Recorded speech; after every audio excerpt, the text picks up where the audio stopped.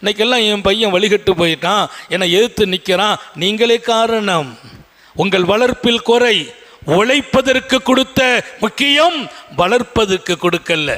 உழைப்பதற்கு கொடுத்த முக்கியம் வளர்ப்பதற்கு கொடுக்கல. பிள்ளையை பத்துட்டு என்னானும் போறான் அப்படின்னு நான் உழைத்தேன், வெளிநாட்டுக்கு போனேன், சம்பாதிச்சேன். ஏன்? என் பிள்ளைக்காகத்தான். ஆனால் அவன் ஒழுக்கம் கெட்டு போனான்.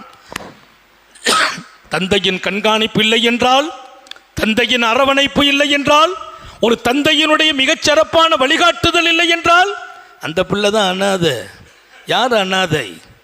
தந்தை மரணித்தவர் அனாதை. லைசல் யதீமுல்லதி கதுமாத்த வாலிதுஹு. அனாதை யார்? தந்தை மௌத்தா போனால் அந்த பிள்ளைக்கு பேர் அனாதை. அதுதான் பழக்கம், வழக்கு சொல்ல அதுதான். பாப்பா மௌத்தா போயிட்டாரா, அந்த பிள்ளைக்கு பேர் அனாதை. அவர் சொன்னார், லைசல் யதீமுல்லதி கதுமாத்த வாலிதுஹு. அனாதை யார்? தந்தை மரணித்த பிள்ளை அல்ல அனாதை. தந்தை மரணித்த பிள்ளை அல்ல அனாதை. இன்னல் யதீம பிலா இல்மின் வலா அதப். அனாதை யார்? ஒழுக்கம் இல்லாமல் வளர்ந்த பிள்ளையே அனாதை.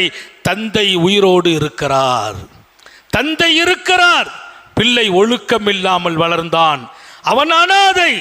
தந்தை இருக்கிறார், பிள்ளை கல்வி இல்லாமல் வளர்ந்தான், அவனுக்கு கல்வி இல்லை, ஞானம் இல்லை, மார்க்கத்தின் எந்த ஞானமும் கிடைக்கவில்லை, அவன் அனாதை என்றார்கள்.